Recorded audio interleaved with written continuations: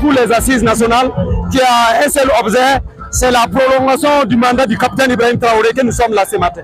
Et vous voyez même les résultats, à moins de 2 ans, nous avons maintenant une armée, en tout cas de guerre, nous n'avons plus une armée de défilé, nous voyons qu'en tout cas nos valeurs, tant perdues, tant bafouées par la France, aujourd'hui, nous nous sommes en tout cas retrouvés. Donc cette transition, nous demandons minimum 10 ans pour que le capitaine Ibrahim Traoré puisse nous faire sortir des jours impérialistes. Parce que l'Afrique est le berceau de l'humanité, nous avons perdu nos valeurs politiques, nos valeurs économiques, culturelles et sociales. Donc avec Ibrahim Traoré, vous êtes sans ignorer que la date du 15 mai, nos coutumes seront en tout cas prises au sérieux.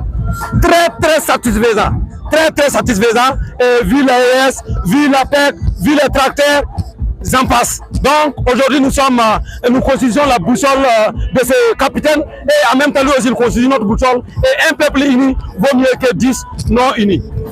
C'est bien, nous avons dit 10 ans, c'est en discussion. Et vous savez que l'Afrique, particulièrement le Burkina Faso, en tout cas c'est un pays, en tout cas les gens s'entendent, il y a la cohésion sociale.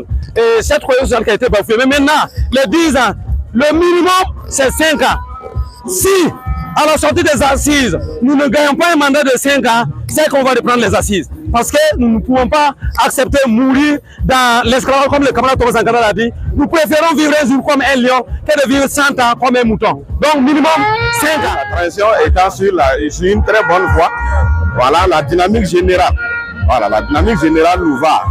Et donc, raison pour laquelle nous soutenons la transition, nous sommes des soutiens indéfectibles de la transition. Et nous venons, vu que les chantiers sont énormes et c'est des chantiers majeurs, alors donc il y a les réformes, la refondation totale même de ce pays-là, et donc ce sont des véritables gros chantiers. Ceci dit, alors en un laps de temps, cela ne peut pas être réalisé. Voilà, donc de façon sérieuse, ça ne peut pas. Et donc c'est pour ça que nous voulons que la transition soit prolongée et donner vraiment un temps très suffisant au président Ibrahim Traoré et son équipe de vraiment bien refondre cette nation, ce pays. Voilà, des réformes sérieuses, des réformes en tout cas pour vraiment un Burkina d'un lendemain meilleur. Voilà, donc c'est pour ça que nous voulons que, vu qu'ils sont de bonne foi, ils sont vraiment très engagés.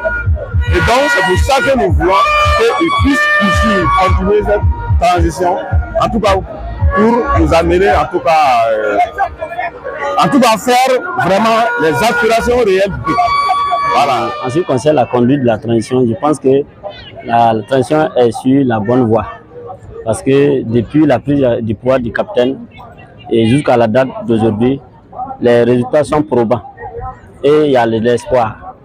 Chez nous, au niveau des cascades, le territoire est libéré à 100%. Il n'y a pas un village qui n'est pas libéré, tous les villages sont réinstallés.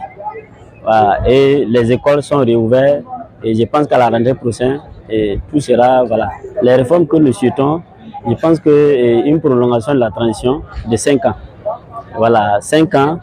Et le capitaine, s'il veut, il peut se reconvertir pour encore être candidat.